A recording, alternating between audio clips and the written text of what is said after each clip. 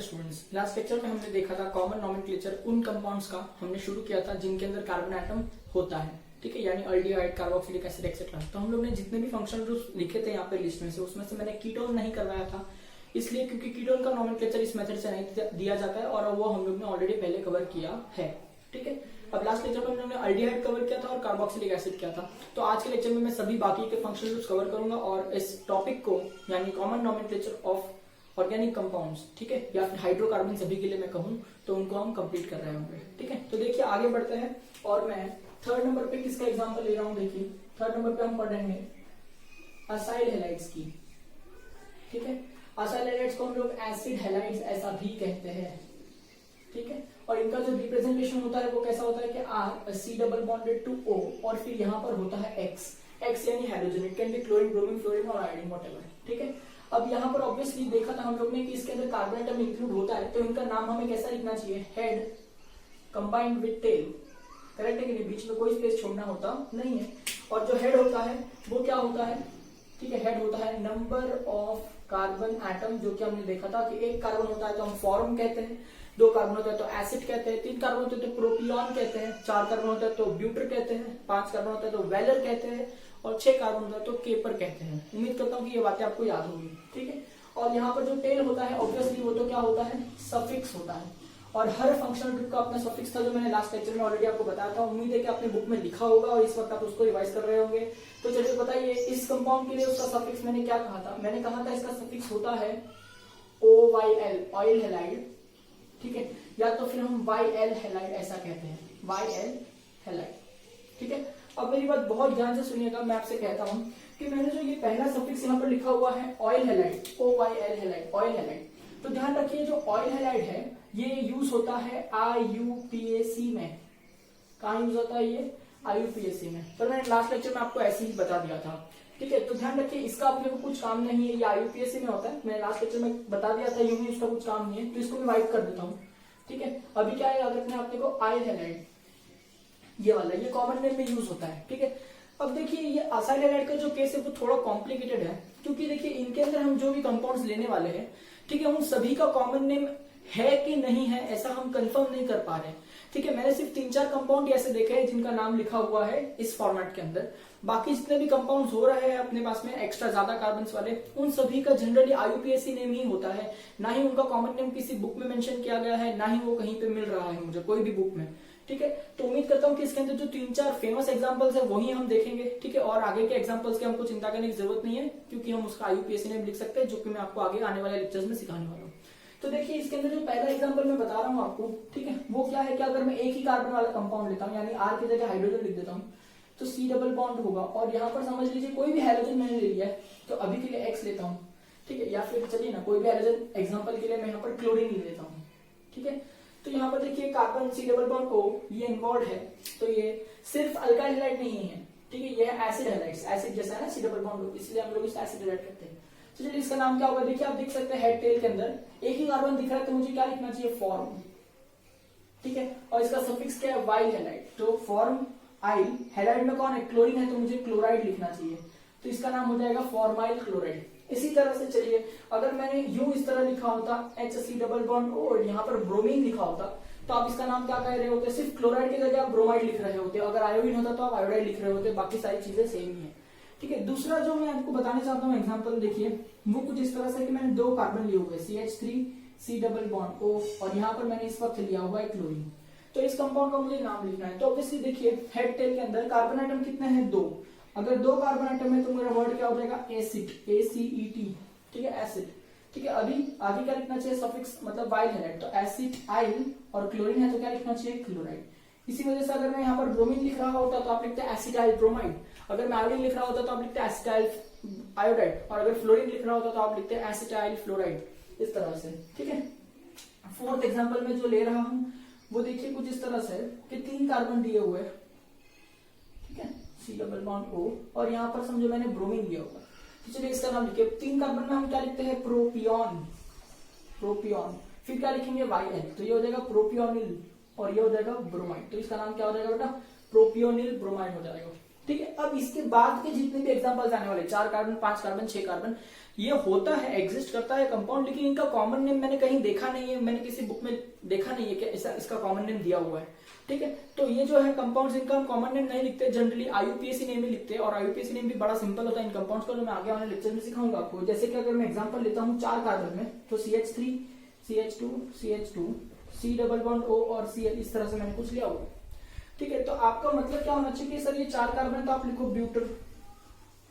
ठीक है, और फिर वाइल हैलाइड लिखना चाहिए, तो ये ब्यूट्रिल, इस तरह से लिखिए, नाम होना चाहिए था ब्यूट्रिल हैलाइड, ब्यूटिल क्लोराइड, इस तरह से होना चाहिए था, करेक्ट है कि नहीं। पर मैंने ऐसा कोई भी नाम अब तक देखा नहीं है कि किसी बुक में इसको ब्यूट्रिल क्लोराइड ऐसा कहा गया है, जनरली इसका IUPAC नेम लिख देते हैं। तो इसके बाद आने वाले जितने भी कंपाउंड्स है 3 कार्बन के बाद, यानी 4 कार्बन 5 कार्बन और 6 कार्बन, उनका हम कोई भी कॉमन नेम नहीं लिखेंगे इस फंक्शनल ग्रुप के लिए। ठीक है, उम्मीद करता हूँ कि ये बात आपको समझ में आ रही है, बहुत सिंपल सी। ठीक है, चलिए अब क्विकली मूव करते हैं अपने अगले फंक्शनल ग्रुप की तरफ, दैट इज एस्टर। ठीक है, तब तक आप लिख लीजिए इसको, उम्मीद करता हूँ कि आपको ये सारी बातें समझ में आ रही होगी। तो चलिए next functional group that is number 4 पे हम सीख रहे हैं एस्टर। ये भी एक एसिड का ही डेरिवेटिव है। ठीक है, तो देखिए एस्टर का जो फंक्शनल ग्रुप है वो किस तरह से दिखता है कि आपको एक R दिखाई देगा connected to C double bonded to O, correct, फिर यहाँ पर होगा O। अगर मैं यहाँ पर H लिख दूंगा तो ये बन जाएगा कार्बोक्सिलिक एसिड, पर ये एसिड नहीं है, एसिड का डेरिवेटिव है, यानी मैं इसका H हटा रहा हूं और यहाँ पर एक कार्बन चेन को लगा रहा हूं। अब ये दोनों कार्बन चेन सेम हो भी सकते हैं, नहीं भी हो सकते, पर उससे हमको कोई लेना देना नहीं है, इट इज फाइन, वो तो जो भी क्वेश्चन आएगा उस पर देखेंगे हम लोग। ठीक है, अब ध्यान रखिए इनका जो नाम देने का तरीका है सेम फंडा चलेगा कि आपको क्या देना होता है नाम में, हेड और टेल। ठीक है, ये बहुत सेम फंडा चल रहा होता है, और आपको पता है इसका जो टेल होता है इसके अंदर हम क्या लिखते हैं, ऑब्वियसली सफिक्स लिखते हैं। ठीक है, और सफिक्स में आता है इसके ATE, मैंने आपको लास्ट लेक्चर में बताया था, सफिक्स में आता है इसके 8 ATE, इस तरह से। ठीक है, और हेड में क्या आता है, नंबर ऑफ कार्बन एटम, ये तो हमको पता ही है कि एक कार्बन होगा तो फॉर्म 2 होगा तो एसिड एक्सेट्रा। ठीक है, अब देखिए, अब मेरे को थोड़ी एक्स्ट्रा चीजें सिखानी है इसके अंदर, आपको कौन सा कार्बन चेन देखना है। ठीक है, जब आप नाम लिख रहे होंगे तो आपको ये साइड वाला कार्बन चेन देखना होता है। ठीक है, और ये जो कार्बन चेन आपको दिख रहा है which is directly connected to oxygen atom, do remember मैं क्या पढ़ रहा हूं, वो कार्बन चेन जो ऑक्सीजन एटम से सिंगल बॉन्डेड से कनेक्टेड है। एस्टर्स के अंदर वो कार्बन चेन जो ऑक्सीजन एटम से सिंगल बॉन्डेड से कनेक्टेड है। देखिए ये भी कार्बन एटम है जो ऑक्सीजन से कनेक्टेड है, बट वो डबल बॉन्डेड से कनेक्टेड है, डबल बॉन्ड से कनेक्टेड है। मैं आपसे कह रहा हूं कि हमको वो कार्बन चेन देखनी है जो कि ऑक्सीजन से सिंगल बॉन्डेड से कनेक्टेड है, और उस कार्बन चेन का जो नाम है हमें अल्काइल की तरह लिखना है। किसकी तरह लिखना है, अल्काइल, यानी यहां पर इसका रेडिकल नेम लिख रहे होंगे बेटा, क्या लिख रहे होंगे, रेडिकल नेम। तो देखिए ये एक ऐसा टाइप हम लोग यूज कर रहे हैं जहां पर हम लोग ने ये वाले नॉमेनक्लेचर हेड प्लस टेल वाले तो दे रहे हैं, लेकिन इसके पहले जो हमने पढ़ा था ऐसे फंक्शन जिनमें कार्बन एटम नहीं होते वहां पर हमने रेडिकल नेम सीखा था, तो वो रेडिकल नेम भी यहाँ पर यूज कर रहे हैं। तो ये थोड़ा सा कॉम्प्लिकेटेड है बट बहुत ईजी है। ध्यान रखिए आपको जब नाम लिखना होगा हेड और टेल का, तो आप ये वाली कार्बन चेन देख रहे होंगे, और आपको ये वाला जो कार्बन चेन है जो ऑक्सीजन से सिंगल बॉन्डेड में कनेक्टेड है, ठीक है, उसका रेडिकल नेम लिखना होता है। तो इनका एक्चुअल नाम कैसे लिखा जाता है, ध्यान से सुनिए। सबसे पहले नंबर 1 में आपको लिखना होता है रेडिकल नेम। क्या लिखना होता है, रेडिकल नेम, यानी ये ग्रुप पहचानना चाहिए आपने कि जो ऑक्सीजन से सिंगल बॉन्डेड से कनेक्टेड है उसका रेडिकल नेम क्या है। ठीक है, उसके बाद में आपको ये हेड टेल फंडा लगाना है, उसके बाद में आपको हेड टेल फंडा लगाना है। तो यहाँ देखिए इस तरह से ये पूरा नाम बन जाएगा एस्टर्स का। देखिए CN यानी कॉमन नेम ऑफ एस्टर्स, इस तरह से दिया जाता है। ठीक है, तो अब मैं कुछ एग्जांपल देता हूँ, आपको सिखाने की कोशिश करता हूँ। देखिए पहले मैं कुछ एग्जांपल लिख लेता हूँ, तब तक चाहे तो आप ये नोटबुक के अंदर कॉपी कर लीजिए। Give me some time to write down this examples right now. ठीक है,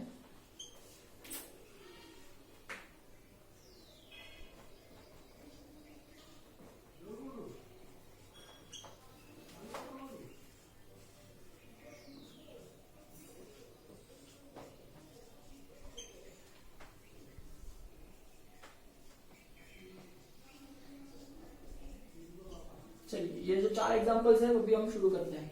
ठीक है, ध्यान से सुनिएगा, अगर ये ऑक्सीजन से सिंगल बॉन्डेड से अगर अपने कार्बन चेन है तो ही वो एस्टर होगा, अगर H लगा दिया वहां पे हाइड्रोजन लगा दिया तो कार्बोक्सिलिक एसिड बन जाएगा। ठीक है, जिनका ऑलरेडी हम लोग ने सीख लिया है कि नाम कैसे देते हैं। एनीवे, अब यहाँ ध्यान देते हैं। चलिए, ये जो फंक्शनल ग्रुप मुझे दिखाई पड़ रहा है, सबसे पहले वो पहचान में आना चाहिए कि C डबल बॉन्ड O यहाँ पर दिख रहा है, इस तरफ कार्बन चेन है और ये तो ऑब्वियसली कार्बन ही है, तो ये एस्टर का फंक्शनल ग्रुप हो रहा है। ठीक है, अब एस्टर के फंक्शनल ग्रुप में वो रेडिकल नेम किसका लेते हैं, वो कार्बन के चेन का जो ऑक्सीजन से सिंगल बॉन्डेड से कनेक्टेड है, ऑक्सीजन से सिंगल बॉन्डेड से कनेक्टेड ये ग्रुप है, इसका नाम क्या है, CH3 को हम क्या बोलते हैं, मिथाइल ग्रुप बोलते हैं रेडिकल नेम में। उम्मीद करता हूँ कि आपको याद आ रहा होगा सारी चीजें।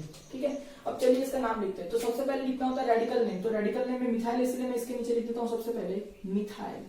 ठीक है, अब हेड टेल लिखते हैं। अब इस फंक्शनल ग्रुप के अंदर कितना कार्बन है, देखिए आप देख सकते हैं ये वाला जो है वो एक ही कार्बन है, तो एक कार्बन है तो मुझे क्या लिखना चाहिए, फॉर्म, क्या लिखना चाहिए, फॉर्म।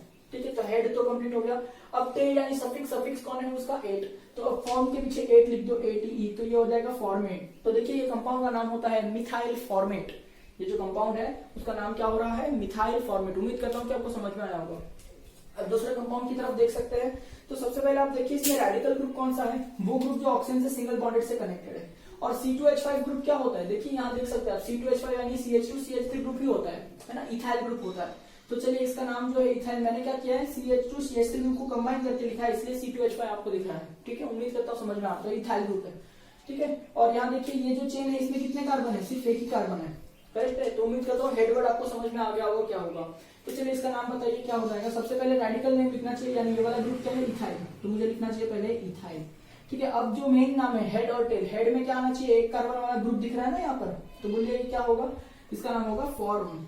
ठीक है, और सफिक्स क्या होता है, 8, तो ये हो जाएगा 8, तो इसका नाम हो जाएगा इथाइल फॉर्मेट। अब आप कंपेयर करिए दोनों कंपाउंड्स को, तो आपको समझ में आएगा कि देखिए ये वाला जो टर्म आपको दिख रहा है, ये वाला, ठीक है, वो तो दोनों में सेम ही है, और इसलिए दोनों में फॉर्मेट फॉर्मेट ऐसा वर्ड कहा गया है। ठीक है, ये वाला टर्म मिथाइल है इसलिए इसे मिथाइल फॉर्मेट कहा गया है, ये वाला टर्म इथाइल है इसलिए इसे इथाइल फॉर्मेट कहा गया है। तो उम्मीद करता हूँ कि ये सारी चीजें तो बड़ी आसान है आपको समझने के लिए। चलिए अब थर्ड नंबर पे आते हैं और इसको समझते हैं। सबसे पहले आपको एस्टर्स देखते ही आपको पता चल जाएगा, यहाँ भी कार्बन चेन, यहाँ भी कार्बन, यानी ये एस्टर फंक्शनल ग्रुप है, ये तो पता चल ही जाएगा। अब सबसे पहले आप रेडिकल नेम को ढूंढिए, ऐसा ग्रुप जो ऑक्सीजन से सिंगल बॉन्डेड से कनेक्टेड है, ऐसा ग्रुप जो ऑक्सीजन से सिंगल बॉन्डेड से कनेक्टेड है। अरे ये साइड वाला तो C डबल बॉन्ड हो रहा है, उसको थोड़ी देखना है, ऐसा कार्बन चेन का ग्रुप जो ऑक्सीजन से सिंगल बॉन्डेड से कनेक्टेड है वो यहाँ पर दिख रहा है। ठीक है, तो इसका नाम क्या है, देखिए इसका नाम है मिथाइल ग्रुप। सही है, तो चलिए पूरे कंपाउंड का नाम लिखते हैं। तो पहले रेडिकल नेम लिखना चाहिए, तो लिख देते हैं radical name, that is methyl group, हमको दिखाई पड़ रहा है। अब हेड क्या होगा, देखिए इस तरफ कितने कार्बन है, 2 कार्बन है, 2 कार्बन है, तो हेड क्या होता है, एसिड। ठीक है, तो ये हो जाएगा एसिड। ठीक है, और सफिक्स क्या है इसका, 8, तो ये हो जाएगा 8। तो बोलिए इसका नाम क्या हो गया, मिथाइल एसिटेट। क्या नाम हो गया इसका, मिथाइल एसिटेट। बहुत ही इंपॉर्टेंट कंपाउंड है, बताओ, मिथाइल एसिटेट। ठीक है, चलिए फोर्थ नंबर पे नाम लिखते हैं इसका। तो बताइए रेडिकल ग्रुप क्या है, पहले सबसे पहले देखिए, सिंगल बॉन्डेड से कनेक्टेड जो पूरा ग्रुप है उसे रेडिकल ग्रुप कहते हैं। यहाँ पर 2 कार्बन का है इसलिए इसका नाम इथाइल है, ये तो हम जानते हैं।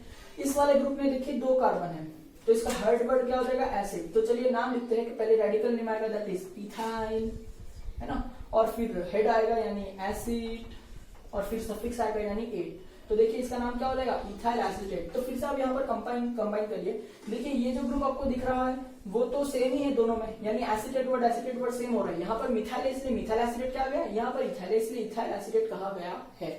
अब चलिए कुछ और एग्जांपल्स देखते हैं एस्टर्स पे, और मैं आपको सिखाऊंगा कि उनका नाम भी कैसे देते हैं। तो उम्मीद करता हूँ कि पहले आप लिख लेंगे और मैं थोड़े और एग्जांपल्स लेता हूँ इसके ऊपर। तो चलिए यहाँ पर इस एग्जांपल को देखिए। तो सबसे पहले आप रेडिकल ग्रुप को पहचानिए, तो देखिए ऑक्सीजन से सिंगल बॉन्डेड से कनेक्टेड ये वाला ग्रुप है, तो पहले उसका नाम लिख देना चाहिए। क्या हो जाएगा इसका नाम, बोलिए मिथाइल। तो मैं लिख देता हूँ, यहाँ पर आ गया मिथाइल। ठीक है, फिर ये साइड में 1, 2 और 3 कार्बन दिख रहे हैं, यानी हेडवर्ड क्या हो जाएगा, प्रोपियोन, प्रोपियोन, और सफिक्स क्या आएगा, एस्टर है इसलिए 8, तो इसका नाम हो जाएगा मिथाइल प्रोपियोनेट। तो उम्मीद करता हूँ समझ में आ रहा होगा। 6th वाला देखते हैं यहाँ पर, इसका ग्रुप का नाम क्या हो जाएगा, क्योंकि ऑक्सीजन से सिंगल बॉन्डेड से कनेक्टेड है तो ये इथाइल ग्रुप है, तो पहले इसका नाम लिख देते हैं कि ये हो जाएगा इथाइल। फिर इस तरफ देखिए 1, 2 और 3 कार्बन है इसलिए फिर से हेड हो जाएगा प्रोपियोन। ठीक है, और फंक्शनल ग्रुप 8 है इसलिए एस्टर इसलिए क्या लिखेंगे, सफिक्स में 8, तो ये हो जाएगा इथाइल प्रोपियोनेट। ठीक है, चलिए अब 7th वाला देखते हैं। अब ऑक्सीजन से जो सिंगल बॉन्डेड से कनेक्टेड है ये वाला ग्रुप है, अब ये वाला जो ग्रुप है वो क्या है, 3 कार्बन वाला ग्रुप है, तो इसे प्रोपाइल ग्रुप कहना चाहिए या एन प्रोपाइल ग्रुप कहना चाहिए। ये 1 डिग्री कार्बन यानी फर्स्ट कार्बन से कनेक्टेड, इसलिए एन प्रोपाइल ग्रुप कहना चाहिए। तो ये है एन प्रोपाइल ग्रुप, तो इसलिए मैं पहले लिख देता हूँ this is an propyl group. उम्मीद करता हूँ कि आपको एन प्रोपाइल, सेक ब्यूटाइल, टर्ब्यूटाइल ये सारे ग्रुप्स अच्छे से याद होंगे, क्योंकि मैंने बहुत ही मेहनत से आपको पढ़ाया था और आपको मैंने कंटिन्यूसली रिवाइज करने भी बोला है। ठीक है, तो चलिए ये हो जाएगा एन प्रोपाइल ग्रुप। और इस तरफ देख सकते हैं 3 कार्बन है, तो प्रोपियोन हो जाएगा इसका हेड नेम। ठीक है, और सफिक्स में आ जाएगा 8, तो ये हो जाएगा एन प्रोपाइल प्रोपियोनेट। ठीक है, उम्मीद करता हूँ समझ में आ रहा होगा। देखिए इस तरह यहाँ पर देखिए ऑक्सीजन से जो ग्रुप कनेक्टेड है वो ये वाला ग्रुप है, और इस ग्रुप का नाम क्या है, देखिए ये 3 कार्बन है, इसीलिए उसे प्रोपाइल ग्रुप नहीं कहूंगा, लेकिन सेकेंडरी कार्बन से कनेक्टेड है इसलिए मैं कहूंगा सेक प्रोपाइल ग्रुप, या फिर मैं कह सकता हूँ आइसोप्रोपाइल ग्रुप। तो चलिए मैं दोनों भी नाम लिख के बताता हूँ, समझ लो। अगर मैंने आइसोप्रोपाइल ग्रुप लिखा तो लिखना पड़ेगा आइसोप्रोपाइल पहले, फिर आएगा देखिए यहाँ 2 कार्बन दिख रहे हैं इसलिए मैं कहूंगा एसिड। ठीक है, और एस्टर का फंक्शनल ग्रुप इसलिए कहूंगा 8, तो ये हो जाएगा आइसोप्रोपाइल एसिटेट, या फिर मैं लिख सकता हूँ सेक प्रोपाइल एसीटेट। ठीक है, उम्मीद करता हूँ ये बातें समझ में आ रही है। अब 9th वाला जो है मैंने आपको दिया हुआ है वो एक बॉन्ड लाइन फॉर्मूला है, तो बहुत आसान है, कोई बड़ी बात तो नहीं है। ऑक्सीजन से कनेक्टेड जो ग्रुप है यानी ये वाला जो ग्रुप है, ये आप देखिए यहाँ पर 1 कार्बन है, ये 2 कार्बन है, ये 3 कार्बन है और ये 4 कार्बन है। 4 कार्बन तो मुझे ब्यूटाइल कहना चाहिए, पर 4 कार्बन में कौन से कार्बन से कनेक्टेड है, सेकंड डिग्री कार्बन से कनेक्टेड है। तो ये जो ग्रुप मुझे दिखाई दे रहा है, उम्मीद करता हूँ आपको तो अब तक आ भी गया होगा कि इसका नाम होगा सेक ब्यूटाइल ग्रुप। क्या नाम होगा इसका बताइए, सेक ब्यूटाइल ग्रुप। तो हो जाएगा सेक ब्यूटाइल, और फिर इस तरफ देखिए आप 1 कार्बन है और ये 2 कार्बन है, तो एसिड आना चाहिए इसके अंदर, और एस्टर का फंक्शनल ग्रुप इसलिए 8, तो इसका नाम क्या बन गया, सेक ब्यूटाइल एसीटेट। तो इस तरह से कोई भी यहाँ पर रेडिकल ग्रुप आ सकता है जो मैंने इतने सारे पढ़ा है, तो आप उसका नाम बड़ी आसानी से लिख पा रहे होंगे। ठीक है, अब 10th वाला देखते हैं जरा। यहाँ पर देखिए ऑक्सीजन से कनेक्टेड ये वाला ग्रुप मुझे दिखाई दे रहा है, कार्बन कार्बन डबल बॉन्ड।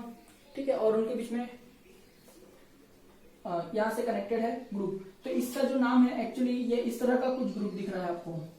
ठीक है, इस तरह का ग्रुप, बताइए ये ग्रुप कौन सा था, इसे हम कहते हैं इथीन, इन इसलिए क्योंकि डबल बॉन्ड है, आइल ग्रुप, क्या कहते हैं इसे, इथिनाइल ग्रुप। पर मैंने आपको कहा था कि इथिनाइल ग्रुप को ही फेमसली हम कहते हैं विनाइल ग्रुप। कौन सा ग्रुप कहते हैं, विनाइल ग्रुप।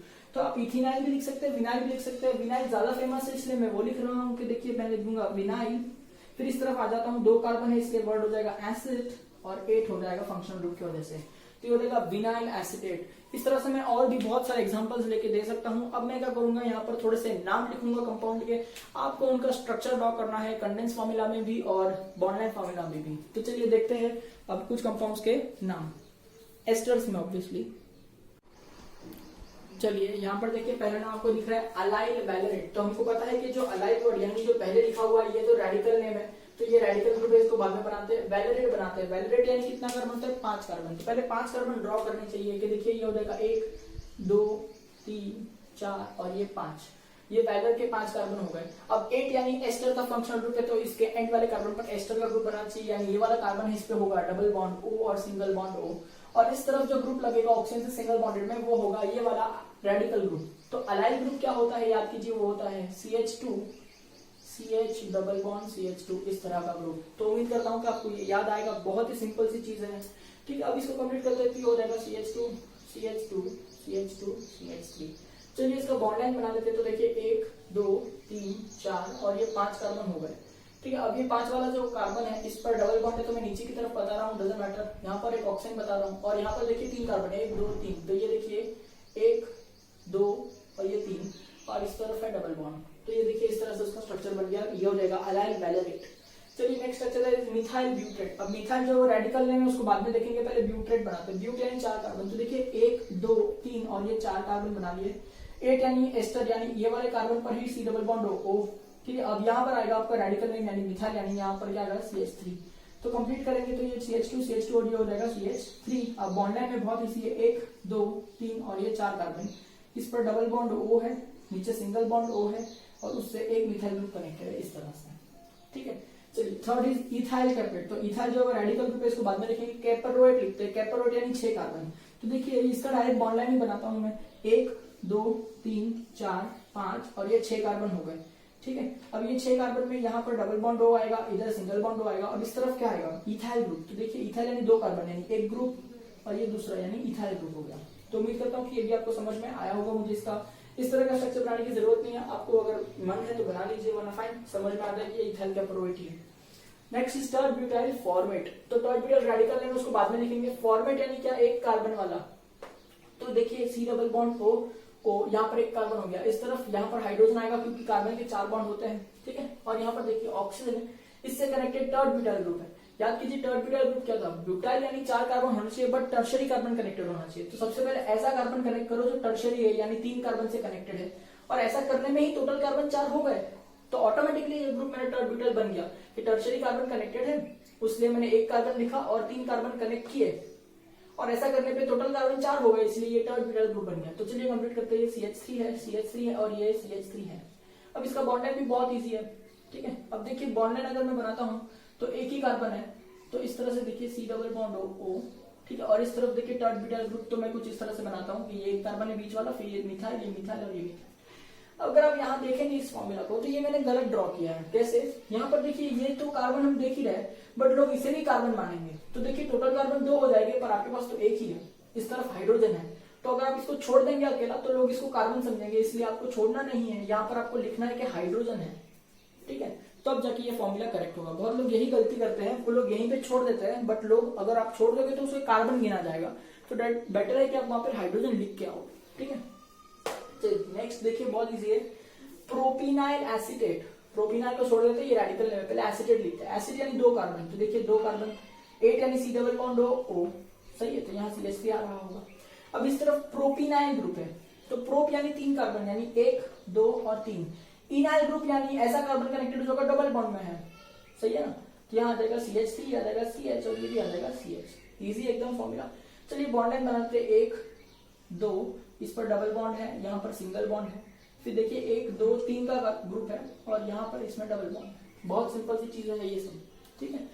नेक्स्ट इज ये इंपॉर्टेंट है, phenyl acetate. Phenyl radical name है, उसको छोड़ दीजिए, पहले एसीटेट बनाते हैं। एसीटेट यानी 2 कार्बन वाला ग्रुप, यानी कुछ इस तरह से दिख रहा होगा। इस तरफ आएगा फिनाइल ग्रुप। बताइए फिनाइल ग्रुप क्या होता है, जब आप बेंजीन से एक हाइड्रोजन हटाते हैं तो आपको जो ग्रुप मिलता है उसे हम फिनाइल ग्रुप कहते हैं। फिनाइल ऐसा नाम दिया गया था उस रेडिकल को। तो यहाँ पर बेंजीन रिंग आनी चाहिए, तो देखिए बेंजीन रिंग यहाँ पर इस तरह बना देते हैं कि 6 कार्बन वाली साइक्लिक चेन है और उसमें alternate single bonds and double bonds होते हैं। तो ये इस तरह से बन गया फिनाइल एसीटेट। अच्छा मैं इसको बॉन्ड लाइन में ऐसे ही बना सकता हूँ, देखिए है ना, ये 2 कार्बन वाला ये ग्रुप तो लिख कर बॉन्ड लाइन में। अब यहाँ पर बेंजीन रिंग है, तो देखिए मैं ऐसा भी लिख सकता हूँ बेंजीन रिंग को, इट डजंट मैटर, जब तक वो बेंजीन रिंग से कनेक्टेड है। आप बेंजीन रिंग को आड़ा रखो, कैसा भी रखो, बस कार्बन जो है वो ऑक्सीजन से कनेक्टेड होना चाहिए बेंजीन का, that is the simple thing. तो ये इस तरह से बन गया फिनाइल एसीटेट। तो उम्मीद करता हूँ कि ये बहुत ही अच्छी से आपको समझ में आ रही होगी सारी चीजें। इसमें अगर कोई फिर भी डाउट बचता है आपके मन में तो आप मुझे बिंदास पूछ सकते हैं, ठीक है। तो यहाँ पर एस्टर्स पे हम लोग ने बहुत बढ़िया प्रैक्टिस की है, क्योंकि इनका कॉमन नेम जनरली बहुत ज्यादा यूज किया जाता है ऑर्गेनिक केमिस्ट्री जब हम पढ़ते तभी, ठीक है। चलिए अब एनीवे ये तो हमने सीख लिया, अब आगे बढ़ते हैं नेक्स्ट फंक्शनल ग्रुप की तरफ, दैट इज अमाइड्स। ठीक है, अब मैं आपको बताता हूँ अमाइड्स के बारे में। चलिए नंबर 5 में आ जाएगा अमाइड्स, ठीक है। अब अमाइड्स को बहुत लोग अमाइन से कंफ्यूज कर देते हैं, इसलिए बहुत लोग इसको एसिड अमाइड ऐसा भी लिखते हैं ताकि उनको कंफ्यूजन ना हो और पता रहे कि ये जो है वो एसिड का डेरिवेटिव है, यानी इसमें C डबल बॉन्ड ग्रुप जरूर होगा। तो देखिए इसका जो हम लोग ने देखा था 3 इसके अंदर कैटेगरी थी, 1 डिग्री, 2 डिग्री एंड 3 डिग्री। तो देखिए आपको अगर ऐसा कुछ दिखाई दे रहा है कि carbon connected to C double bond हो कनेक्टेड टू NH2, तो इसे मैं कहूंगा 1 डिग्री अमाइड, ठीक है। अगर आपको कुछ ऐसा दिखाई दे carbon connected to C double bond हो connected to N bonded to एक H, यहाँ पर जो एक H है उसको निकाल दिया गया है, यानी उसकी एक वैलेंसी, नाइट्रोजन की एक वैलेंसी फ्री हो रही है, इस पर एक और कार्बन चेन आ जाएगी, तो ये जो हो जाएगा इसे कहेंगे 2 डिग्री अमाइड ग्रुप। और अगर आपको किसी वजह से ऐसा दिखाई दे रहा है कि C डबल बॉन्ड O है, यहाँ पर कनेक्टेड है नाइट्रोजन, इसके जो दोनों हाइड्रोजन थे फर्स्ट केस में वो निकाल दिए गए हैं और उसकी जगह दोनों कार्बन चेन लगा दी गई है। अब तीनों कार्बन चेन जो है यहाँ की सेम हो भी सकती है, अलग भी हो सकती है, दैट डजंट मैटर, क्योंकि नाम में उस पर फर्क नहीं पड़ेगा, नाम हम लोग सीखते हैं एक एक करके तीनों का। तो चलिए पहले 1 डिग्री अमाइड का नाम सीखते हैं कैसे लिखा जाता है, तो ये आपको 2 डिग्री और 3 डिग्री अमाइड का नाम समझेगा, ठीक है। तो देखिए 1 डिग्री अमाइड का नाम कैसे लिखेंगे, ऑब्वियसली आपको लिखना होता है हेड और फिर साथ में लिखना होता है उसके टेल। हेड में क्या होता है, नंबर ऑफ कार्बन एटम, ये तो आप जानते ही हैं, ठीक है। और टेल में क्या होता है बेटा, सफिक्स, और जो सफिक्स है अमाइड का वो होता है अमाइड। ये भी मैंने आपको लास्ट लेक्चर में बताया था कि अमाइड का सफिक्स अमाइड ही होता है, AMIDE। चलिए तो कुछ एग्जांपल्स लेते हैं इसके अंदर और एक एक करके नाम शुरू करते हैं। तो जरा आप ये लिख लीजिए आपकी नोटबुक में, तब तक मैं यहाँ पर कुछ एग्जांपल्स लिख लेता हूँ, ठीक है। उम्मीद करता हूँ कि आप साथ में नोट्स और वगैरह सारे सब कुछ लेके ही बैठे होंगे।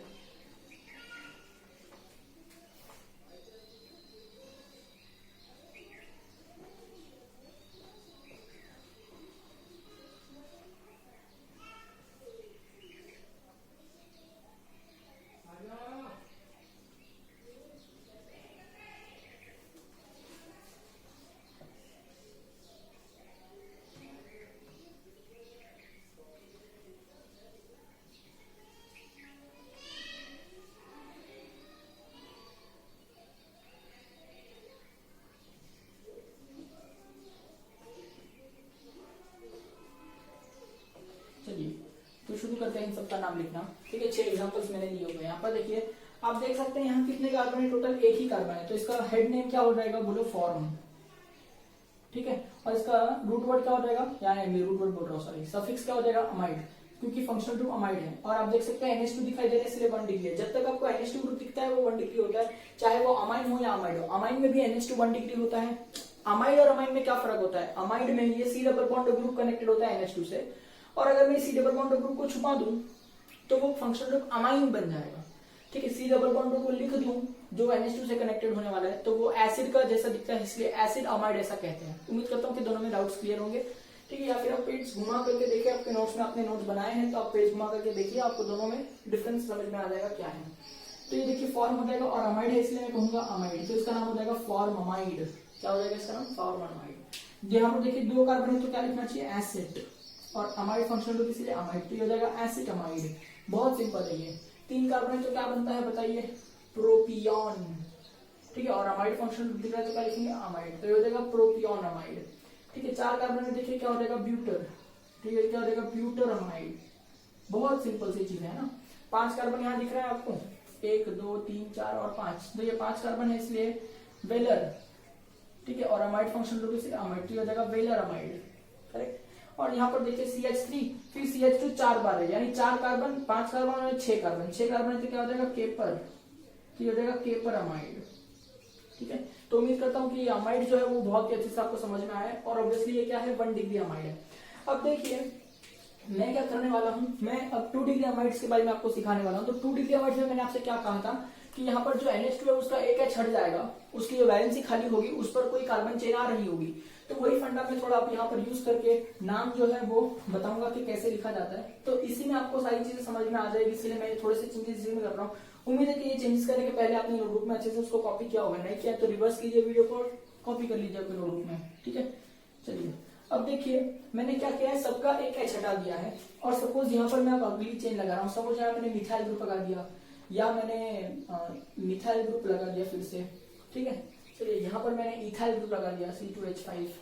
ठीक है, यहाँ पर चलिए बॉन्ड लाइन में मैंने 1 2 और 3 कार्बन यानी N प्रोपाइल ग्रुप लगा दिया। ठीक है, चलिए इस तरफ मैंने टर्ड ब्यूटाइल ग्रुप लगा दिया। ठीक है, इस तरफ समझ लेते हैं मैंने विनाइल ग्रुप लगा दिया।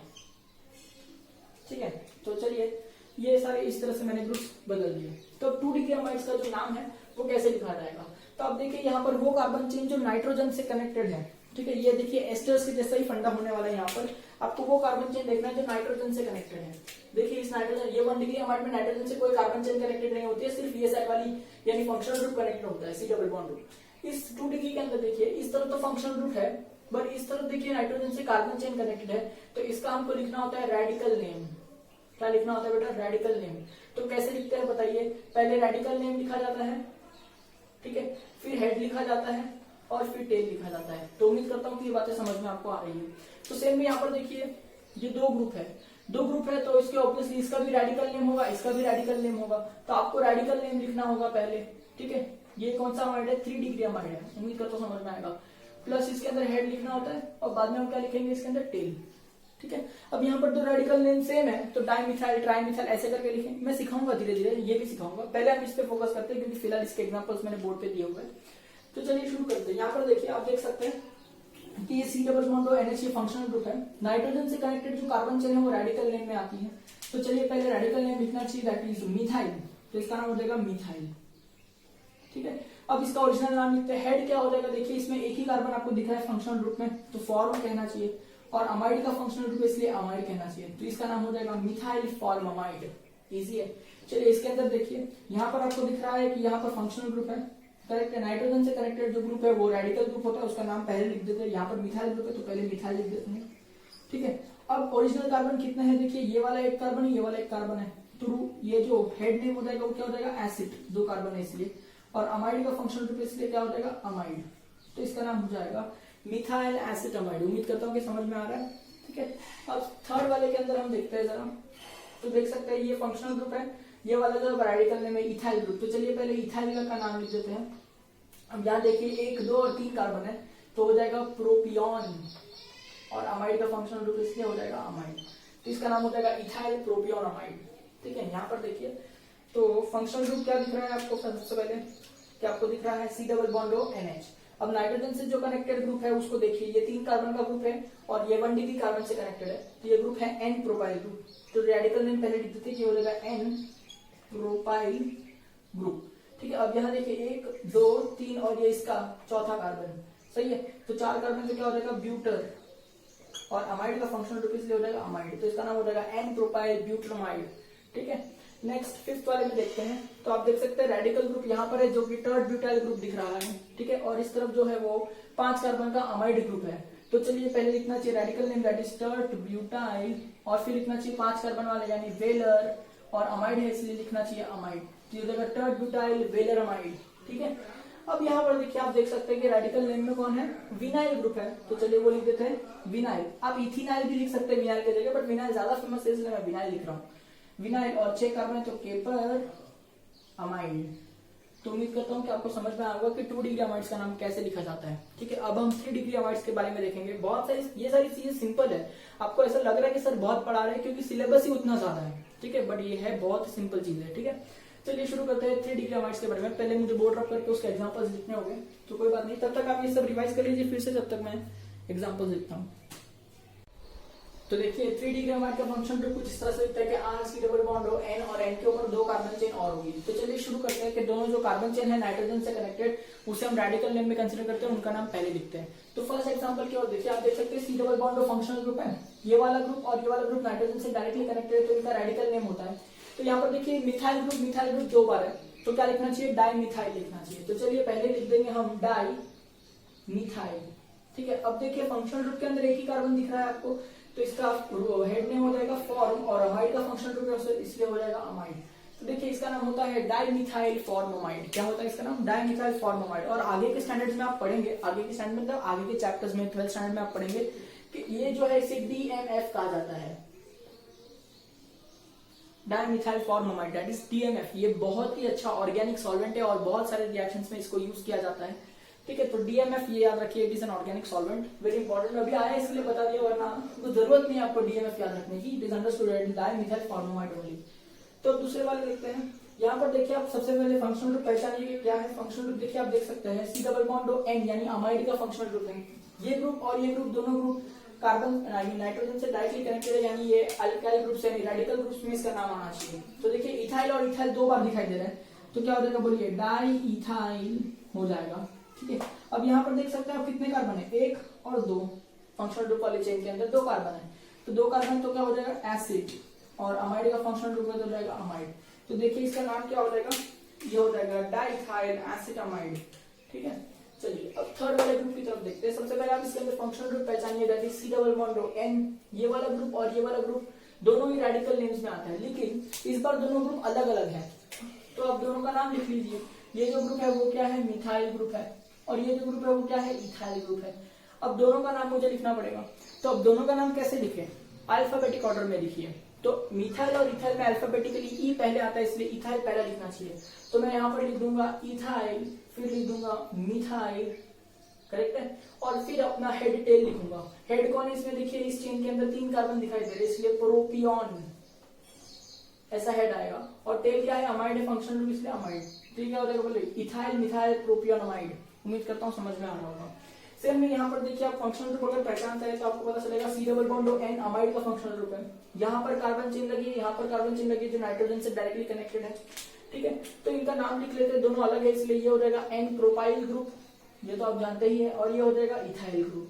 ठीक है, अब दोनों का नाम पहले लिखते हैं इसलिए अल्फाबेटिक ऑर्डर फॉलो करेंगे। यहाँ पर N नहीं देखना है बिकॉज उसके बाद हाइफन है, आपको P देखना है, P and compare with E, कौन जीतेगा अल्फाबेटिकली, E। तो क्या आएगा बोलो, इथाइल, फिर आएगा N प्रोपाइल। ठीक है, फिर अब ओरिजिनल नाम आएगा, यानी इसमें देखिए कार्बन चेन कितनी है, 2 कार्बन की है, तो वर्ड क्या आ जाएगा एसिड, और फंक्शनल ग्रुप अमाइड है इसलिए क्या आ जाएगा अमाइड। तो इसका नाम क्या बन रहा है बेटा, ethyl N propyl acid amide. ठीक है, उम्मीद करता हूँ कि मैंने आपको अमाइड ये फंक्शनल ग्रुप बहुत अच्छे से समझाया है। 1 डिग्री 2 डिग्री 3 डिग्री कोई भी टाइप का आपको एग्जाम्पल दे दे, मिक्स एग्जाम्पल दे दे, तो भी आपको उसका सॉल्व करने आना चाहिए। ऐसी उम्मीद मैं आपसे करता हूँ कि आपने आप बहुत अच्छे से सीखा होगा। ठीक है, अब नेक्स्ट फंक्शनल ग्रुप की तरफ बढ़ते हैं। ठीक है, अब नेक्स्ट फंक्शनल ग्रुप क्या है अपने पास में वो देखते हैं। देखिए नेक्स्ट फंक्शनल ग्रुप जो है वो है एसिड एनहाइड्राइड। तो सबसे पहले देखिए मैं लिखता हूँ एसिड एनहाइड के बारे में। इसके अंदर आपको थोड़ा बहुत सीखना पड़ेगा पहले, फिर इसका नाम हम लिखेंगे एसिड एनहाइड्राइड।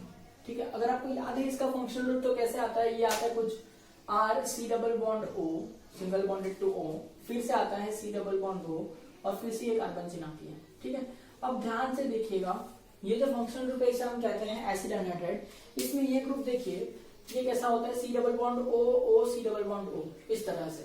ठीक है, अब सबसे पहले एसिड एनहाइड्राइड का नाम कैसे देते हैं ये सीखने के लिए हमको, नहीं चलिए आपको बता देता हूँ कि फंडा क्या है। नाम हम कैसे लिखते हैं कि हेड लिखेंगे साथ में टेल लिखेंगे। सही है, हेड क्या होता है, नंबर ऑफ कार्बन एटम। ठीक है, और टेल क्या होता है बताइए, सफिक्स, और इसका सफिक्स क्या है, एनहाइड्राइड। ठीक है, ये तो आपको पता है, तो इस तरह से आप लिखेंगे। पर यहाँ पर थोड़ा ध्यान दीजिए, आपको पहले सीखना पड़ेगा कि एसिड एनहाइड्राइड को प्रिपेयर कैसे किया जाता है, यानी उसका मेथड ऑफ प्रिपरेशन क्या है, यानी ये बनाया कैसे जाता है। तो जब आप ये सीखेंगे तो ही आपको इसका नाम आएगा। ठीक है, क्योंकि जो एसिड एनहाइड्राइड है ऑब्वियसली ये भी एसिड का डेरिवेटिव है, तो इसका जो नाम है वो पूरा एसिड के नाम के ऊपर से आता है। तो देखिए इसका प्रिपेयर कैसे किया जाता है, ये एक्स्ट्रा इन्फॉर्मेशन है जो जानना बहुत जरूरी है। तो समझिए एसिड एनहाइड्राइड ये वर्ड का मतलब क्या होता है। देखिए एसिड एनहाइड्राइड ये वर्ड का मतलब क्या होता है, एनहाइड्राइड का मतलब होता है ड्राई। क्या होता है, ड्राई, या फिर सिंपल मतलब मैं बोलूं विदाउट वाटर, विदाउट वाटर। ठीक है, इसे हम कहते हैं एनहाइड्राइड, एनहाइड्रस ऐसा भी कहा जाता है। एनहाइड्रस कहूं, एनहाइड्राइड कहूं, ड्राई कहूं, विदाउट वाटर कहूं, सारी एक ही बात है। तो ऐसा एसिड जिसके अंदर कोई भी वाटर मॉलिक्यूल नहीं है, या फिर वाटर मॉलिक्यूल प्रेजेंट नहीं होगा, या फिर उसमें से वाटर मॉलिक्यूल निकाल दिया गया है, तो ये कंपाउंड जनरेट होता है। तो देखिए ये कैसे बनता है। तो सबसे पहले अगर मैं बात करता हूँ कार्बोक्सिलिक एसिड की, तो देखिए कार्बोक्सिलिक एसिड कुछ इस तरह से दिखता है, C double bond O bonded to O bonded to H। सही है, इस तरह से दिखता है कुछ। अब मैंने यही एसिड एक और मॉलिक्यूल लिया, एक नहीं दो मॉलिक्यूल्स लिए, तो देखिए ये हो जाएगा R C double bond O O H। इस तरह से एक मॉलिक्यूल ये है, एक मॉलिक्यूल ये है, दोनों एसिड सेम है। अगर ये फॉर्मिक एसिड है तो ये भी फॉर्मिक एसिड, ये एसिडिक एसिड है तो ये भी एसिडिक एसिड, यानी सेम एसिड के दो मॉलिक्यूल्स लिए हुए हैं। और जब मैं इसके अंदर ऐड करता हूं P2O5, थोड़ा सा पिंच, एक पिंच मैं लेके क्या ऐड करता हूं P2O5, यानी फॉस्फोरस पेंटॉक्साइड। क्या नाम है इसका, phosphorus pentoxide, that is P2O5, और मैं इसको करता हूं हीट। अब ध्यान से सुनिए, ये जो P2O5 है ये सब बातें बाद में सीखनी है अपने को 12th स्टैंडर्ड में, लेकिन अभी मैं आपको बता रहा हूँ, इन्फॉर्मेशन दे रहा हूँ नॉलेज के लिए, कि जो P2O5 है नाम बेटा, ये जो है इसे कहते हैं डिहाइड्रेटिंग एजेंट। क्या कहते हैं बेटा, डिहाइड्रेटिंग एजेंट। डिहाइड्रेटिंग एजेंट यानी क्या, ये कंपाउंड अगर कहीं पर भी होगा ना तो वहां से वो वाटर मॉलिक्यूल को खींच लेगा। ठीक है, अगर ये कंपाउंड आपने किसी भी रिएक्शन में डाला तो ये रिएक्शन में जाके उसमें से वाटर मॉलिक्यूल को खींच लेगा, डिहाइड्रेट कर देगा उस कंपाउंड को, इसलिए हम इसे डिहाइड्रेटिंग एजेंट कहते हैं।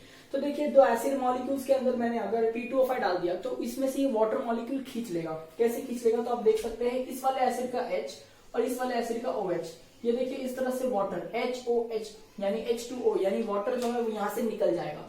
तो आप देख सकते हैं अगर यहाँ से वाटर निकल गया बेटा, तो मैं लिखता हूँ यहाँ से -H2O यानी वाटर निकल गया, तो बचेगा क्या। तो आप एक एक करके लिखना शुरू कीजिए। देखिए यहाँ पर R बच रहा है, फिर C डबल बॉन्ड O बच रहा है, फिर O बच रहा है, इसका तो H चले गया, फिर आप यहाँ देखिए OH चले गया, अब बचा क्या C डबल बॉन्ड O। तो यहाँ से इस ऑक्सीजन से कौन कनेक्ट होगा, C double bond O connect होगा, तो ये देखिए C double bond O connect हुआ, और फिर इधर क्या लिखा गया है, R लिखा गया है। ठीक है, तो आप देख सकते हैं अगर मैंने इस O को इस कार्बन से कनेक्ट किया, बिकॉज ये दोनों ग्रुप तो लॉस हो गए। ठीक है, तो यहाँ पर देखिए ये फंक्शनल ग्रुप जनरेट हो रहा है, और इसी फंक्शनल ग्रुप को हमने कहा था एसिड एनहाइड्राइड। ठीक है, तो अभी आपको समझ में आया इसका नाम एसिड एनहाइड्राइड क्यों रखा गया है। एसिड बिना पानी का, इनमें से पानी खींच लो, इनमें से पानी निकाल दो तो ये फंक्शनल ग्रुप बनेगा। तो ये एसिड में से वाटर निकालना यानी एसिड एनहाइड्राइड कर देना, या फिर एनहाइड्रस एसिड ऐसा कहा जाएगा। और वाटर कैसे निकालते हैं, by using any dehydrating agent. कोई भी डिहाइड्रेटिंग एजेंट चलता है, पर यहाँ पर सबसे अच्छा डिहाइड्रेटिंग एजेंट जो मैं जानता हूँ वो है P2O5 यानी फॉस्फोरस पेंटॉक्साइड, जो कि 11th-12th स्टैंडर्ड के लेवल के बच्चों को बताया जाता है। तो उम्मीद करता हूँ कि आपको समझ में आ रहा है कि ये बहुत ही अच्छे से फंक्शनल ग्रुप जनरेट किया। अब इसका नाम कैसे देंगे, जिस भी एसिड से ये फंक्शनल ग्रुप बन रहा है उसी के ऊपर इसका नाम देंगे। समझो अगर ये फॉर्मिक एसिड से बन रहा है तो इसे मैं कहूंगा फॉर्मिक एनहाइड्राइड, अगर ये एसिटिक एसिड से बन रहा है तो इसमें कहूंगा एसिटिक एनहाइड्राइड। ठीक है, तो अभी देखिए इसको कैसे पहचानते हैं। आप जैसे ही ये फंक्शनल ग्रुप देखते हैं, ठीक है, तो ये ऑक्सीजन से इस फंक्शनल ग्रुप को कट कर दीजिए, इस ऑक्सीजन से इस फंक्शनल ग्रुप को कट कर दीजिए। मैं नाम देने का टेक्निक सिखा रहा हूँ। ठीक है, किसी भी एक साइड, या तो लेफ्ट हैंड साइड या तो राइट हैंड साइड, किसी भी एक साइड को होल्ड कर लीजिए। तो समझिए मैंने लेफ्ट हैंड साइड को होल्ड कर लिया, यहां पर जितने कार्बन है, ठीक है, वो आपका हेड बन जाएगा और फिर उसके आगे आप एनहाइड्राइड लिख के कंप्लीट कर दीजिएगा। ठीक है, तो उम्मीद करता हूं समझ में आएगा, क्योंकि देखिए ना, अगर आप किसी भी एक साइड को होल्ड करते हैं तो कौन सा एसिड यूज कर रहे हैं वो आपको पता चल जाएगा। तो इसको एग्जांपल से देखते हैं कि अगर देखिए मैंने ऐसा कुछ फंक्शनल ग्रुप आपको दिया है कि देखिए C double bond O, C double bond O और यहाँ पर भी H है, तो बताइए इसका नाम क्या होगा। तो सबसे पहले आप क्या करेंगे, ये जो सेंटर में ऑक्सीजन दिख रहा है इससे यहाँ से कट कर देंगे। तो आप किसी भी एक साइड चले जाइए, समझो मैं राइट हैंड साइड चले गया, यहाँ पर मुझे कितने कार्बन दिख रहे हैं, एक ही कार्बन दिख रहा है। तो बताइए इसका नाम क्या हो जाएगा, रूट में फॉर्म। ठीक है, और फॉर्म यानी फॉर्मिक एसिड से बना होगा ये कंपाउंड, इसलिए मैं कहूंगा फॉर्मिक, है ना। और ये कंपाउंड एसिड नहीं है, एनहाइड्राइड है, एसिड से वाटर निकल गया, इसलिए मैं कहूंगा फॉर्मिक एनहाइड्राइड। क्या कहूंगा मैं इसे, फॉर्मिक एनहाइड्राइड। ठीक है, तो उम्मीद करता हूँ कि आपको समझ में आया इसका नाम कैसे लिखते हैं। नंबर ऑफ कार्बन एटम, ठीक है, उसका एसिडिक वर्ड लिखना है, यानी आईसी ज्वाइन करना है उसके अंदर, और फिर एनहाइड्राइड। ठीक है, एनहाइड्राइड ऐसे लिखना है। तो उम्मीद करता हूँ फॉर्मिक एनहाइड्राइड आपको समझ में आया होगा। अगर आपको नहीं यकीन होता है तो आप चेक करके देख सकते हैं। आप फॉर्मिक एसिड लीजिए, तो फॉर्मिक एसिड यानी एक कार्बन वाला कार्बोक्सिलिक एसिड, इस तरह से कुछ होता है। आप एक और मॉलिक्यूल लीजिए उसका, ठीक है, और इसको हीट कर दीजिए in the presence of P2O5, correct है। तो देखिए आप यहाँ से देख सकते हैं, इधर से H जाएगा, इधर से OH जाएगा, ये दोनों वाटर मॉलिक्यूल बन के निकल जाएंगे। तो एक एक करके ट्रेस कर दीजिए, पहले H होगा, फिर C डबल बॉन्ड O आएगा, फिर ये O आएगा। नाउ ये ऑक्सीजन का H गया है, इसका OH गया, अब C डबल बॉन्ड O आने वाला है। तो देखिए यहाँ पर C डबल बॉन्ड O आएगा और फिर इसकी तरफ क्या आएगा, H। तो देखिए यही फंक्शनल ग्रुप जो है वो जनरेट हो रहा है। तो उम्मीद करता हूँ कि आपको ये सारी बातें जो है समझ में आ रही है। अब एक एक करके इसका एग्जांपल देखते हैं और इसको कंप्लीट करते हैं। ठीक है, बाकी ये कोई बहुत ज्यादा डिफिकल्ट फंडा है ऐसा तो नहीं है। ठीक है, तो ये जो रिएक्शन मैंने यहाँ पर दिया, उम्मीद करता हूँ आप लिख लेंगे उसको, बहुत आसान सा रिएक्शन है। I am wiping it of right now because जगह चाहिए मेरे को थोड़ा लिखने के लिए। ठीक है, हाँ, तो देखिए सेकेंड एग्जाम्पल मैं आपको देता हूँ कि देखिए कुछ इस तरह से आपको दिख रहा है। ठीक है, तो चलिए बताइए इसका नाम क्या होगा। और अगर आपको कुछ फंडा ऐसा कुछ दिखाई दे रहा है,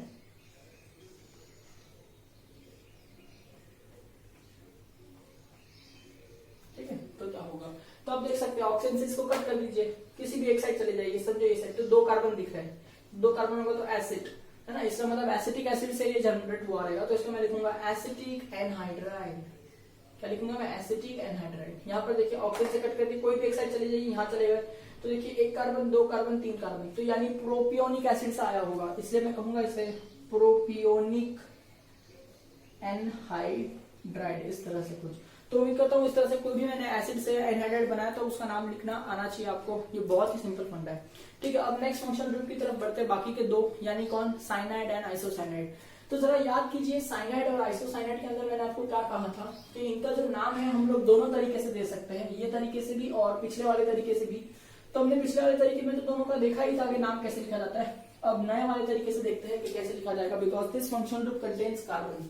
ठीक है, ध्यान से देखिए, नेक्स्ट फंक्शनल ग्रुप कौन आएगा, हम सीख रहे हैं साइनाइड। ठीक है, और साथ ही मैं आपको सिखा दूंगा आइसोसाइनाइड। ठीक है, तो देखिए फंक्शनल ग्रुप क्या है, RC triple bonded to N, यानी ऐसा फंक्शनल ग्रुप है जिसके अंदर कार्बन है। और सेम यहाँ पर देखिए हो जाएगा RN triple bonded to C, तो यहाँ पे भी ऐसा फंक्शनल ग्रुप है जिसके अंदर कार्बन है। दोनों के अंदर सिर्फ बॉन्डिंग इतना फर्क है कि यहाँ पर देखिए कि नाइट्रोजन लॉन्ग चेन से कनेक्ट होता है और यहाँ पर जो है वो कार्बन लॉन्ग चेन से कनेक्ट होता है, बस इतना ही फर्क है दोनों में। ठीक है, अब दोनों का नाम कैसे लिखा जाएगा, इस फंडे में हेड और टेल ऐसा साथ में लिखा जाएगा, सही है कि नहीं। पहले हमने कैसे लिखा था, हेड प्लस टेल, वो तो आपको बहुत अच्छे से आता है, वो हमने किया है। अगर आपको थोड़ा सा याद नहीं आ रहा है या कंफ्यूजन हो रहा है तो कोई बात नहीं, आपने जो नोट्स बनाया है उसको घुमाइए फटाफट और देख लीजिए कि वो मेथड में हम लोग ने कैसे नाम दिया था। और अब मैं यहाँ पर आपको दूसरा मेथड सिखा ही रहा हूँ। ठीक है, तो देखिए, तो इसमें हेड और टेल कैसे लिखा जाएगा। हेड तो आप जानते ही है कि क्या हो जाएगा, नंबर ऑफ कार्बन एटम होता है। ठीक है, और टेल देखिए, टेल क्या होता है बेटा, सफिक्स होता है। ठीक है, अब साइनाइड के लिए सफिक्स होता है नाइट्राइल, याद रखिए, साइनाइड जब भी फंक्शनल ग्रुप होगा ना तो उसका सफिक्स क्या होता है, नाइट्राइल। इसलिए बहुत लोग साइनाइड के फंक्शनल ग्रुप को नाइट्राइल ऐसा भी कहते हैं, ये दूसरा नाम है उसी फंक्शनल ग्रुप का। ठीक है, जब आप सफिक्स लिख रहे हो आइसोसाइनाइड में तो इसका क्या हो जाएगा, आइसोनाइट्राइल। क्या हो जाएगा इसका, आइसोनाइट्राइल। ठीक है, तो बहुत लोग आइसोसाइनाइड को आइसोनाइट्राइल ऐसा भी कहते हैं, तो नाम ही बदल दिया गया इस फंक्शनल ग्रुप का। ठीक है, don't worry about it, doesn't matter. ठीक है, तो चलिए शुरू करते हैं एग्जांपल। देखिए अगर मैंने लिखा है यहाँ पर CH3CN, ठीक है, मैं दो तीन एग्जांपल और भी लिख लेता हूँ साथ में ताकि आपको समझने में आसानी हो। ठीक है, अब CN लिखा है तो कॉमन सेंस है ना कि C ट्रिपल बॉन्ड N ही होगा, क्योंकि नाइट्रोजन 3 बॉन्ड बनाता है, कार्बन 4 बॉन्ड बनाता है, कॉमन सेंस की बात है। ठीक है, तो यहाँ पर ऐसे ट्रिपल बॉन्ड N करके लिखूं या फिर खाली CN लिखूं, उससे कोई फर्क पड़ता नहीं, आपको समझ में आएगा कि वो साइनाइड या नाइट्राइल का ही फंक्शनल ग्रुप है। तो चलिए इसके भी थोड़े एग्जांपल्स देख लेंगे। तो देखते हैं CH3N triple bonded to C। ठीक है, अब यहाँ पर देखिए आप N जो है वो 4 बॉन्ड बना रहा है, ठीक है, और कार्बन जो है वो 3 ही बॉन्ड बना रहा है, तो ये थोड़ा सा अलग फंडा है। ठीक है, ऐसा बॉन्डिंग क्यों आ रहा है ये आप nature of chemical bond chapter में बहुत अच्छे से सीखेंगे। ठीक है, तो अभी ये याद रखिए इसको इस तरह से। तो देखिए नेक्स्ट एग्जांपल में कुछ इस तरह से लिख रहा हूँ। अब इसमें NC लिख दिया तो कॉमन सेंस है ना कि यहाँ पर नाइट्रोजन यहाँ इसके साथ 3 बॉन्ड बनेगा, कार्बन 3 बॉन्ड बनेगा, तो डजंट मैटर। चलिए तो इस तरह से एक एग्जांपल और ले लेते हैं। ठीक है, NC। चलिए अभी नाम शुरू करते हैं एक का। अब यहाँ देख सकते हैं ना, तो देखिए हेड क्या होगा, कार्बन एटम कितने हैं, 2, तो यहाँ देख सकता हूँ मैं 2 कार्बन एटम है, तो हेड क्या हो जाएगा, एसिड। ठीक है, और फिर क्या लिखना चाहिए बोलो, सफिक्स क्या आएगा, नाइट्राइल, तो ये हो जाएगा एसिटोनाइट्राइल। ठीक है, क्या हो जाएगा ये एसिटोनाइट्राइल। ओ लिखना थोड़ा ध्यान रखना, यहाँ पे ओ लिखना है, एसिटोनाइट्राइल, क्योंकि ऐसा नाम दिया गया है बुक्स में। अब देखिए यहाँ पर इसके अंदर लिखिए 3 कार्बन है। ठीक है, अब देखिए 3 कार्बन है तो मुझे क्या लिखना चाहिए, प्रो, करेक्ट है, यौन नाइट्राइल, क्या हो जाएगा ये, प्रोपियोन नाइट्राइल। ठीक है, चलिए यहाँ पर देखिए कितने कार्बन है, फिर से एक्चुअली मैंने दोनों सेम ही लिख दिया है, तो ठीक है ना, कोई बात नहीं, बढ़ा दो क्या, CH2 CH3। अब आप यहाँ देख सकते हैं 1 2 3 और 4 कार्बन है, तो क्या हो जाएगा बताइए, ब्यूटर, ब्यूटर नाइट्राइल। ठीक है, तो इस तरह से आ जाएगा ब्यूटर नाइट्राइल, और एक्सेट्रा आप ऐसे नाम लिख सकते हैं। चलिए अब आइसोनाइट्राइल की तरफ लिखते हैं। तो यहाँ देखिए कार्बन कितना है, ये एक ऐसा नहीं गिनेंगे, टोटल कार्बन 2 है बेटा। ठीक है, ये कार्बन ही है ना, तो यहाँ पे देखिए 1 और 1 कितने हो गए, 2, तो ये हो जाएगा एसिटो, ठीक है, आइसोनाइट्राइल। ठीक है, एसिटो आइसोनाइट्राइल। ठीक है, अभी एसिटो आइसोनाइट्राइल को बहुत बुक्स में मैंने ऐसा लिखा है कि एसिड आइसोनाइट्राइल भी कहा गया है।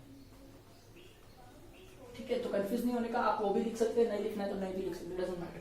ठीक है, ये थोड़ा सा हटके है। देखिए 100% रूल यहाँ पर फॉलो नहीं होता है हमेशा, क्यों, क्योंकि ये कॉमन नेम्स है, इनका कोई लॉजिक नहीं होता बेटा, ये कोई इंटरनेशनली एक्सेप्टेड नेम नहीं है, ये कोई ऐसा नेम नहीं है जो दुनिया में हर आदमी सीखे या हर आदमी समझे या हर कंपनी यूज करे।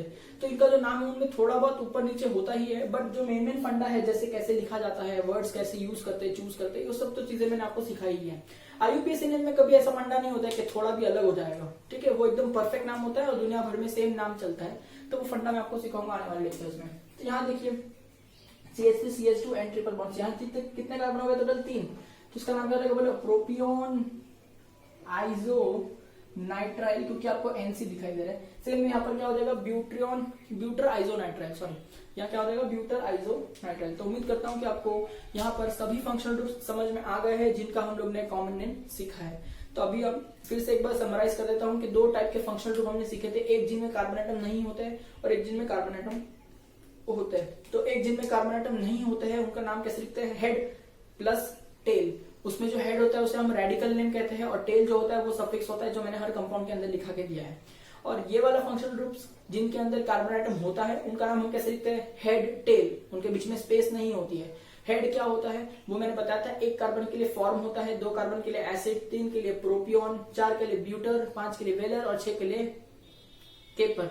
ये मैंने आपको बताया था, ये याद रखना है आपको। और टेल में क्या होता है, सफिक्स, जो हर फंक्शनल ग्रुप के पीछे के मैंने ऑलरेडी लिखा के दिया है। तो उम्मीद करता हूँ यहाँ पर हमने सभी फंक्शनल ग्रुप्स का कॉमन नेम कैसे देते हैं ये बहुत ही अच्छी तरह से सीख लिया है। साथ में मैं आपको फिर से याद कराऊंगा कि एक एक्सेप्शनल केस था कीटोन।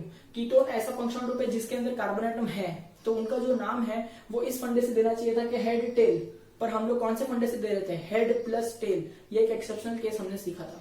दूसरा 2 एक्सेप्शनल केसेस था, साइनाइड एंड आइसोसाइनाइड। इनका जो नाम है इस तरीके से भी दिया जा सकता है और पिछले वाले तरीके से भी दिया जा सकता है, तो मैंने वो भी आपसे कवर करवाया था। साथ ही अगर आप याद करेंगे तो मैंने और 2 फंक्शनल ग्रुप बताया था आपको, sulphonic acid and nitro alkanes. ठीक है, तो सल्फोनिक एसिड एंड नाइट्रो ये दोनों फंक्शनल ग्रुप्स का कॉमन नेम होता ही नहीं है, इनका सिर्फ और सिर्फ IUPAC नेम होता है, इसलिए मैंने वो भी इसमें कवर किया नहीं था, जो मैं IUPAC में जरूर कवर करने वाला हूँ। तो उम्मीद करता हूँ कि आज के इस लेक्चर में आपको समझ में आ गया कि कॉमन नेम्स कैसे देते हैं। और आज यहाँ पर हम लोग एक टॉपिक क्लियर कर रहे हैं, कंप्लीट कर रहे हैं, that is common names of the functional groups. ठीक है, अब नेक्स्ट लेक्चर से हम धीरे धीरे आईयूपीएससी की फाउंडेशन करेंगे और आईयूपीएससी नेम्स के अंदर बढ़ेंगे। पर तब तक मैं अभी यहाँ पर आपको एक असाइनमेंट या फिर मैं आपको बहुत सारा अभी होमवर्क दूंगा जिसके अंदर जम्बल्ड एग्जांपल्स होंगे। वो एग्जांपल कहीं से भी आएंगे, ऐसे भी फंक्शनल ग्रुप होंगे जिनमें कार्बन एटम है, ऐसे भी होंगे जिनमें नहीं है। ठीक है, 1 degree amide, 2 degree amide, amide 2 degree amide, 3 degree amide, कोई भी आपकी जम्बल्ड फंक्शनल ग्रुप दूंगा। ठीक है, जब आप उसको पूरी तरह से आप खुद से सॉल्व कर पाएंगे तब मैं समझ जाऊंगा कि आपको हर चीजें अच्छे से समझ में आ रही हैं। तो उम्मीद करता हूं कि ये आपको होमवर्क जो दे रहा हूं वो आप अच्छे से सॉल्व कर पाएंगे। देखिए, होमवर्क में मैंने आपको टोटल 22 एग्जांपल्स दिए हुए हैं। तो इस तरह से मैंने बहुत सारे कंपाउंड जो है वो ड्रॉ करके यहाँ पर रखे हैं, अलग अलग फंक्शनल ग्रुप्स है। तो कुछ का बॉन्ड लाइन लिखा है, कि इसका कंडेंस फॉर्म लिखा है, एक्सेट्रा एक्सेट्रा। तो आपको क्या करना है, आपको बहुत ही अच्छे से इन सभी फंक्शनल ग्रुप्स का कॉमन नेम लिखने आना चाहिए। ठीक है, तो मैं आपसे रिक्वेस्ट करता हूँ कि सबसे पहले आप पूरा कॉमन नेम का जो हम लोग ने सीखा है इतने सारे लेक्चर्स में, पूरा अच्छे से रिवाइज कर लीजिए। आई गेस लेक्चर नंबर 8 से हम लोग ने शुरू किया था, लेक्चर नंबर 8 से लेके I guess this is lecture number 14। तो पूरा बहुत ही अच्छे से लर्न कर लीजिए। ठीक है, अब जैसे ही आप इतना लर्न कर लेंगे तो आपको बहुत ही अच्छे से आगे की सारी चीजें समझ में आएगी, आप अच्छे से सॉल्व कर पाएंगे। ठीक है, और इन्हीं से आपका सेल्फ कॉन्फिडेंस बढ़ेगा, इन्हीं से आपको इंटरेस्ट जगेगा केमिस्ट्री में। ठीक है, अगर आप ये सब सीखेंगे, आपको खुद से लिखना आएगा, तो ट्रस्ट में बहुत इंटरेस्ट जगता है और इंटरेस्ट जगना बहुत जरूरी है। ठीक है, बिकॉज आप इंटरेस्ट नहीं लेंगे, आपका मन नहीं करेगा पढ़ने के लिए, आप अपने मन को मनाएंगे नहीं, तो ये सब केमिस्ट्री जो है वो अभी के लिए तो आपको याद हो जाएगा, लेकिन लॉन्ग टर्म याद नहीं रहेगा। Please trust me when I से कि ये जो कंसेप्ट आप अभी यहाँ पर सीख रहे हैं, ये जो कंपाउंड्स का कॉमन नेम आप यहाँ पर सीख रहे हैं, आप सिर्फ अभी के लिए या अभी के एग्जाम्स के लिए नहीं सीख रहे बेटा। ये 11th के एग्जाम के लिए, 11th के लास्ट एग्जाम के लिए, 12th के एग्जाम के लिए, 12th के बोर्ड एग्जाम के लिए और एंट्रेंस एग्जाम्स के अंदर भी ये सब आता है। और यही सब आने की वजह से ही आगे की चीजें समझ में आती है। ठीक है, तो प्लीज ट्रस्ट मी, ये बहुत इंपॉर्टेंट चीज है। ये ऐसा नहीं है कि आज आपने लर्न कर लिया और आप भूल जाएंगे एग्जाम के बाद में तो चलेगा, ये ऐसा कुछ भी नहीं है। This is all connected. ठीक है, organic chemistry becomes only easy when you write and practice. ठीक है, without writing you won't get it. ठीक है, please try to understand what I am trying to say and please solve this questions. मैं अगले lecture में और भी questions दूंगा। ऐसा भी मैं कर सकता हूँ कि अगले लेक्चर में मैं आपको 22 नाम दे दूंगा, आप उनके स्ट्रक्चर्स ड्रॉ करिए। तो बहुत अच्छे से प्रैक्टिस करवा के लूंगा, ये मेरा जिम्मा है। बट आपको यहाँ पर कंटिन्यूअसली स्टडी करना है, नोट्स मेंटेन करना है। ठीक है, आप अपने साइड से स्ट्रॉन्ग रहिए, मैं मेरे साइड से स्ट्रॉन्ग रहता हूँ। ठीक है, alright, that's all for today's lecture. Please write it down, take a screenshot or whatever, however you want to do it. Maybe you are not getting to see this function, but do remember, I hope यहाँ पे थोड़ा light आ रहा है, ध्यान रखिए। सी पे double bond हो, single bond हो, देन 2 कार्बन और है। ठीक है, तो उम्मीद करता हूँ ये समझ में आ रहा होगा।